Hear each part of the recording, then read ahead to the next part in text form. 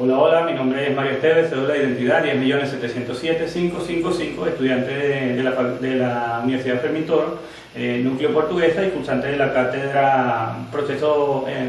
Derecho Procesal Penal 1. Hoy les hablaré sobre tres aspectos a considerar en el proceso penal, como lo son el régimen probatorio, el tema de las inspecciones y las experticias. Empecemos con lo que se define como régimen probatorio. Este constituye una noción fundamentalmente procesal, ya que es la ley adjetiva penal la que contiene el conjunto de formas, reglas y mecanismos que determinan la ejecución del proceso y a su vez fijan los términos absolutos del régimen probatorio. El régimen probatorio debe adecuarse a la concepción ideológica, filosófica y política criminal contenida en el Estado Social de Derecho,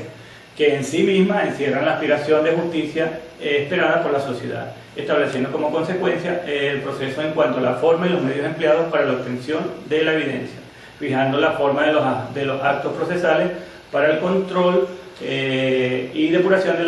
la acusación fiscal y luego la conformación de las pruebas que permita alcanzar la verdad judicial en el juicio oral y público. El Código Orgánico Procesal Penal establece en sus dos capítulos del título sexto los elementos formales esenciales que regulan el régimen probatorio. En el primero fija las reglas generales de actuación y en el segundo requisito de las actividades probatorias.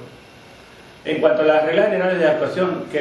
rigen el proceso penal venezolano, constituyen los principios fundamentales que instrumenta el COP para la obtención de los elementos de convicción en el proceso. Estas reglas generales son la licitud de la prueba, que es un requisito taxativo formal de la actividad probatoria y que consiste en que solo son admisibles como medios de convicción y prueba aquellos elementos y conocimientos cuya obtención se haya producido conforme a las reglas de la legislación procesal. El segundo, el aspecto formal o directo, que consiste en el cumplimiento de las formalidades específicas establecidas por la ley procesal o por leyes especiales para la obtención de la evidencia de interés criminalística o conformación de la prueba. Y en última instancia el aspecto material o indirecto, que demuestra dentro del proceso, en las actas procesales, el cumplimiento efectivo de los requisitos formales exigidos, de allí que sea materia de examen en la fase intermedia del proceso penal. Esta estaría diseñada para examinar en extenso la actuación rendida, orientada a determinar la evidencia, aun siendo auténtica, no haya sido obtenida mediante transgresión de la ley, ya sea por engaño, coacción, tortura física o psicológica, ni por cualquier otro medio no contemplado legalmente. En cuanto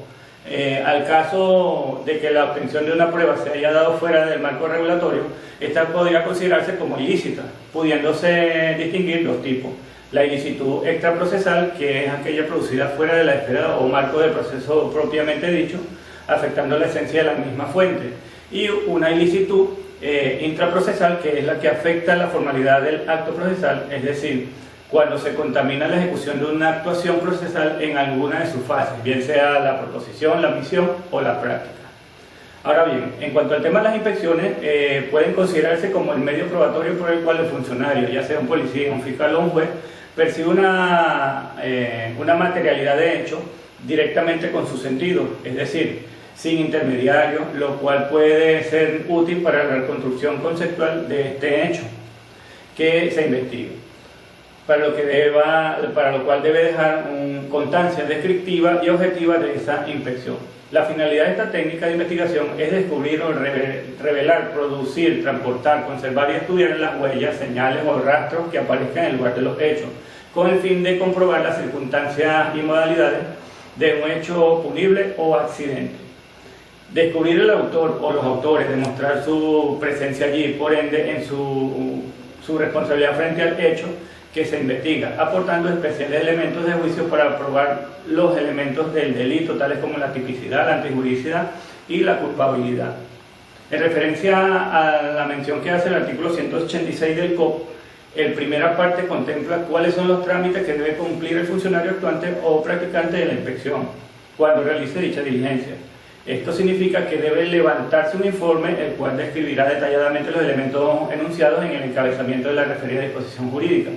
y cuando fuere posible, se recogerán y conservarán las que sean útiles, lo cual significa que tanto el Ministerio Público o el investigador policial están obligados a levantar un informe que describa detalladamente cada elemento.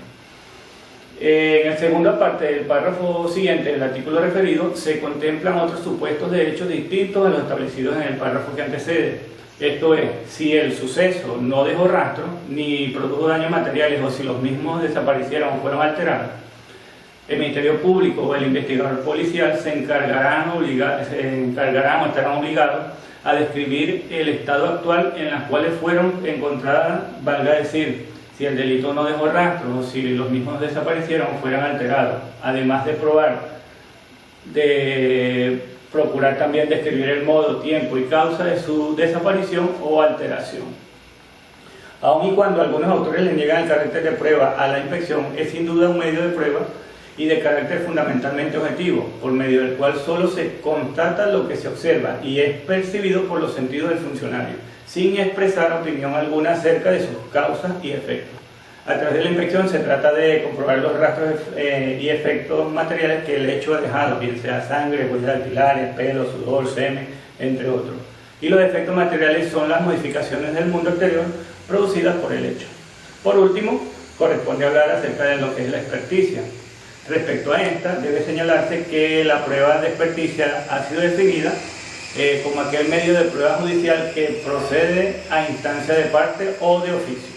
por medio del cual pueden demostrarse los hechos controvertidos en el proceso, vale decir, la existencia o no, falsedad o no, de hechos discutidos que escapan del conocimiento general del operador de justicia, mediante el dictamen argumentos o razones de carácter científico,